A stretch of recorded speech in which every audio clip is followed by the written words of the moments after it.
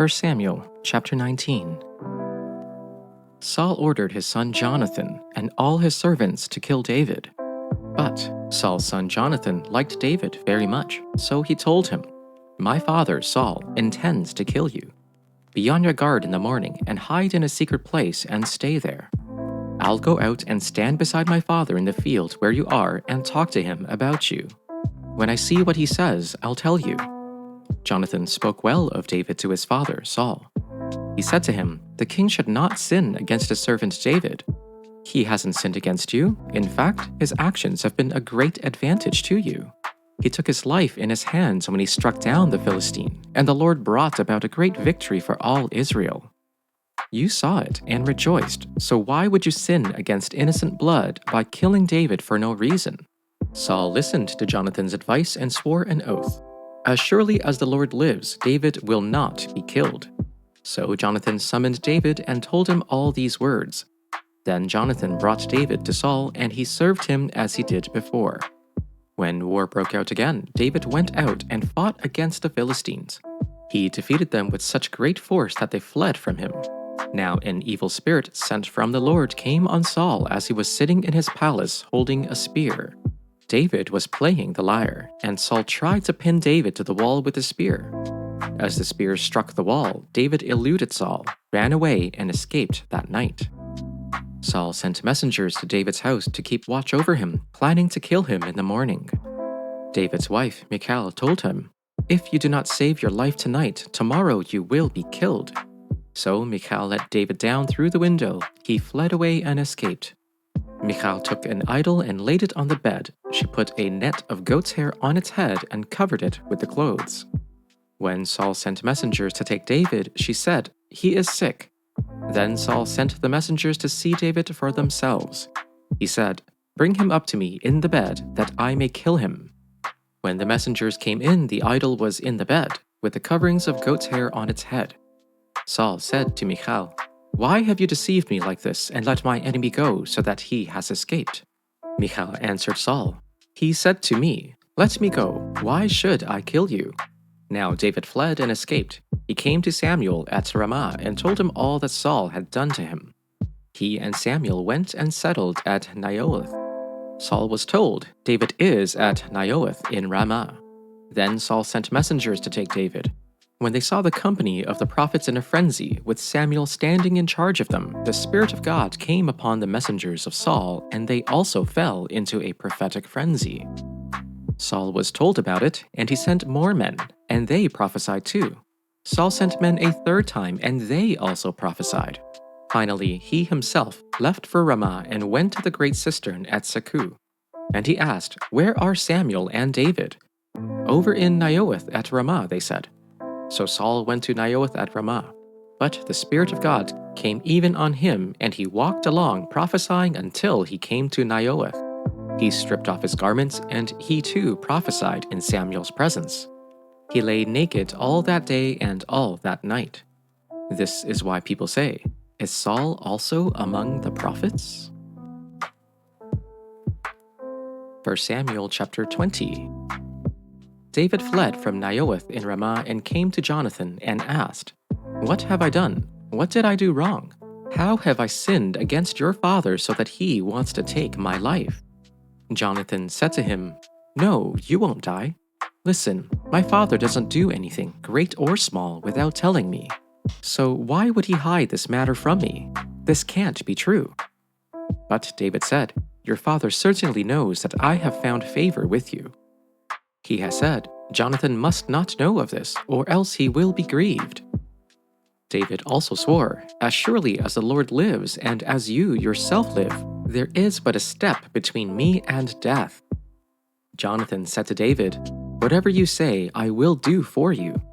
So David told him, "Look, tomorrow is the new moon, and I'm supposed to sit down and eat with the king.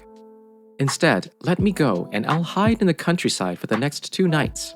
If your father misses me at all, say, 'David urgently requested my permission to go quickly to his hometown, Bethlehem, for an annual sacrifice there involving the whole clan.' If he says, 'Good,' then your servant is safe. But if he becomes angry, you will know he has evil intentions." Deal kindly with your servant, for you have brought me into a covenant with you before the Lord. If I have done anything wrong, then kill me yourself. Why take me to your father?" "No," Jonathan responded. "If I ever find out my father has evil intentions against you, wouldn't I tell you about it?" So David asked Jonathan, "Who will tell me if your father answers you harshly?" He answered David, "Come on, let's go out to the countryside." So both of them went out to the countryside. "By the Lord, the God of Israel, I will sound out my father by this time tomorrow or the next day. If I find out that he is favorable toward you, will I not send for you and tell you? If my father intends to bring evil on you, may the Lord punish Jonathan and do so severely if I do not tell you and send you away so you may leave safely. May the Lord be with you, just as he was with my father. If I continue to live, show me kindness from the Lord, but if I die, don't ever withdraw your kindness from my household, not even when the Lord cuts off every one of David's enemies from the face of the earth." Then Jonathan made a covenant with the house of David, saying, "May the Lord hold David's enemies accountable." Jonathan once again swore to David in his love for him because he loved him as he loved himself. Jonathan said to him, "Tomorrow is the new moon. You will be missed because your place will be empty. On the day after tomorrow, you shall go a long way down. Go to the place where you hid yourself earlier and remain beside the stone there. I will shoot 3 arrows to the side of it, as though I shot at a mark. Then I will send the boy saying, 'Go, find the arrows.' If I say to the boy, 'Look, the arrows are on this side of you, collect them,' then you are to come, for as the Lord lives, it is safe for you and there is no danger. But if I say to the young man, 'Look, the arrows are beyond you,' then go, for the Lord has sent you away. As for the matter about which you and I have spoken, the Lord be between you and me forever." So David hid himself in the field. When the new moon came, the king sat at the feast to eat. The king sat upon his seat, as at other times, upon the seat by the wall. Jonathan stood, while Abner sat by Saul's side, but David's place was empty. Saul did not say anything that day, for he thought, "Something has befallen him. He is not clean. Surely he is not clean."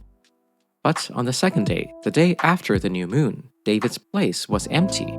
And Saul said to his son Jonathan, "Why has the son of Jesse not come to the feast, either yesterday or today?" Jonathan answered Saul, "David earnestly asked to leave of me to go to Bethlehem. He said, 'Let me go, for our family is holding a sacrifice in the city, and my brother has commanded me to be there. So now, if I have found favor in your sight, let me get away and see my brothers. For this reason he has not come to the king's table.'" Then Saul's anger was kindled against Jonathan. He said to him, "You son of a rebellious woman, do I not know that you have chosen the son of Jesse to your own shame, and to the shame of your mother's nakedness? For as long as the son of Jesse lives upon the earth, neither you nor your kingdom shall be established. Now send and bring him to me, for he shall surely die." Then Jonathan answered his father Saul, "Why should he be put to death? What has he done?" But Saul threw his spear at him to strike him, so Jonathan knew that it was the decision of his father to put David to death. Jonathan sprang up from the table in fierce anger and ate no food on the second day of the month, for he was grieved for David because his father had disgraced him. In the morning, Jonathan went out to the field for his meeting with David. He had a small boy with him, and he said to the boy, "Run and find the arrows I shoot." As the boy ran, he shot an arrow beyond him. When the boy came to the place where Jonathan's arrow had fallen, Jonathan called out after him, "Isn't the arrow beyond you?" Then he shouted, "Hurry, go quickly, don't stop." The boy picked up the arrow and returned to his master. The boy knew nothing about this, only Jonathan and David knew. Then Jonathan gave his weapons to the boy and said, "Go, carry them back to town." After the boy had gone, David got up from the south side of the stone and bowed down before Jonathan 3 times with his face to the ground. Then they kissed each other and wept together, but David wept the most. Jonathan said to David, "Go in peace, for we have sworn friendship with each other in the name of the Lord, saying, 'The Lord is witness between you and me, and between your descendants and my descendants forever.'" Then David left, and Jonathan went back to the town. 1 Samuel chapter 21. David went to the priest Ahimelech at Nob. Ahimelech was afraid to meet David, so he said to him, "Why are you alone and no one is with you?" David answered the priest Ahimelech, "The king gave me a mission, but he told me, 'Don't let anyone know anything about the mission I'm sending you on or what I have ordered you to do.' I have stationed my young men at a certain place.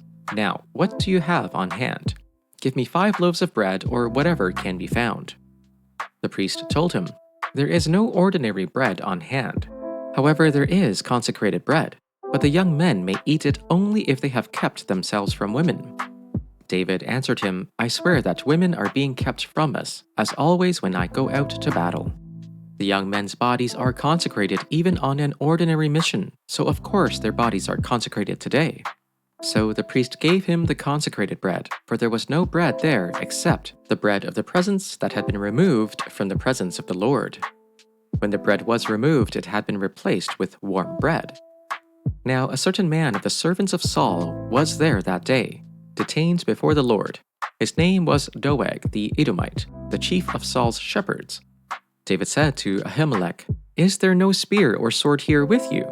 I did not bring my sword or my weapons with me because the king's business required haste." The priest said, "The sword of Goliath the Philistine, whom you killed in the valley of Elah, is here wrapped in a cloth behind the ephod. If you will take that, take it, for there is none here except that one." David said, "There is none like it. Give it to me." David rose and fled that day from Saul. He went to King Achish of Gath. The servants of Achish said to him, "Is this not David, the king of the land? Did they not sing to one another of him in dances, 'Saul has killed his thousands and David his 10,000s'?" David took these words to heart and was very much afraid of King Achish of Gath. So he pretended to be insane in their presence. And while he was in their hands, he acted like a madman, making marks on the doors of the gate and letting saliva run down his beard. Achish said to his servants, "Look at the man. He is insane. Why bring him to me? Am I so short of madmen that you have to bring this fellow here to carry on like this in front of me? Must this man come into my house?" Luke chapter 15, verse 11. He also said, "A man had 2 sons. The younger of them said to his father, 'Father, give me the share of the estate I have coming to me.' So he distributed the assets to them. Not many days later, the younger son gathered together all he had and traveled to a distant country, where he squandered his estate in foolish living. When he had spent everything, a severe famine took place throughout that region, and he began to be in need. So he went and hired himself out to one of the citizens of that region, who sent him to his fields to feed the pigs. He would gladly have filled his stomach with the pods that the pigs were eating, and no one gave him anything.